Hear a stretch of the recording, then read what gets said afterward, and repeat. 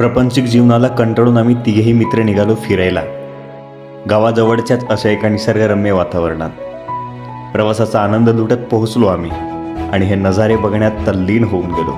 अप्रतिम सुंदर नजारे या ठिकाणी बघायला मिळाले. मन जरासा गार्डन झाला या ठिकाणी.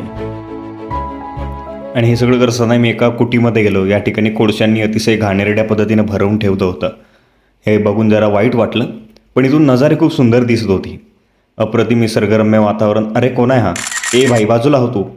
आणि ट्रेकिंगला निघालो आम्ही. पुढे ट्रेकिंग करताना पण मजा आली आणि इथून नजारे खूप सुंदर दिसत होती खरं म्हणजे.